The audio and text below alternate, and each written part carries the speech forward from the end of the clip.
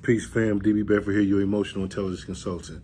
Listen, I thought I should come on and have a quick conversation in regards to how I process things and how I get to the point where I let stuff go.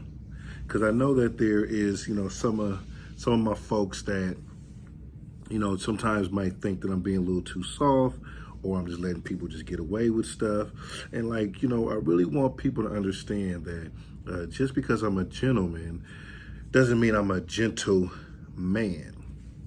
And what I mean by that is that, at any given time, I could make any situation go left. I can escalate it. I ain't never been a coward, in my life.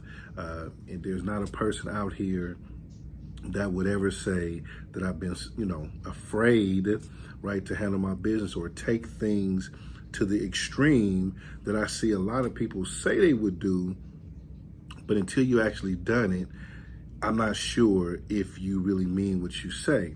I think that people mean it in the moment. So for an example, if I put a scenario out there, people be like, this is what I would have done. Whether you would have smacked the person, beat the person up, cussed them out. I believe in the moment that you would do that. I really believe that.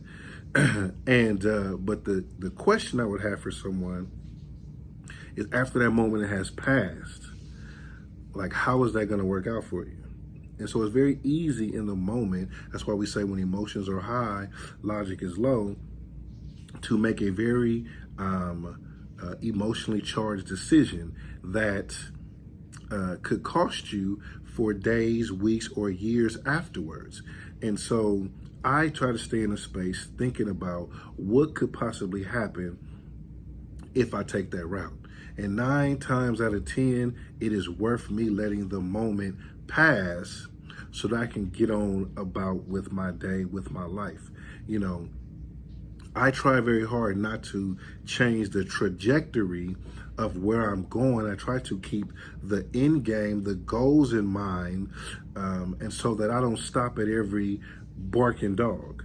Because there's a saying that says, if you stop at every barking dog along your path, you'll never get to where you're going.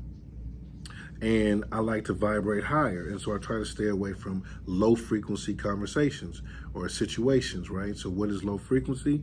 In my book, low frequency is any negative situation or person that no matter what you say or do, it's probably going to just be that way. So that I don't get myself sucked down into that vibration, I usually vibrate higher. And so it always takes everything in me to practice emotional intelligence, which is why I love what I do, because I have to practice it in real time, all the time.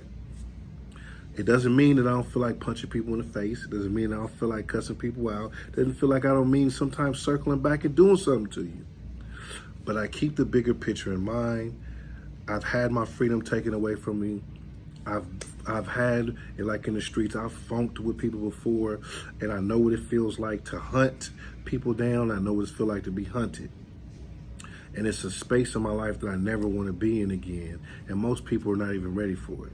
So when I choose to take a different route so I can increase the chance of a positive outcome, trust me, it has nothing to do with the other person, a fear of the other person. It has everything to do with me, so that I keep my emotional beast dormant inside of me, so that I don't find myself trying to bounce back from something I could have avoided in the first place. Okay, so I just wanted to say that, for some of the folks who follow me and might be sitting back and thinking DB is soft, or DB just be letting anything go, or DB, that you're low vibrating when you think like that.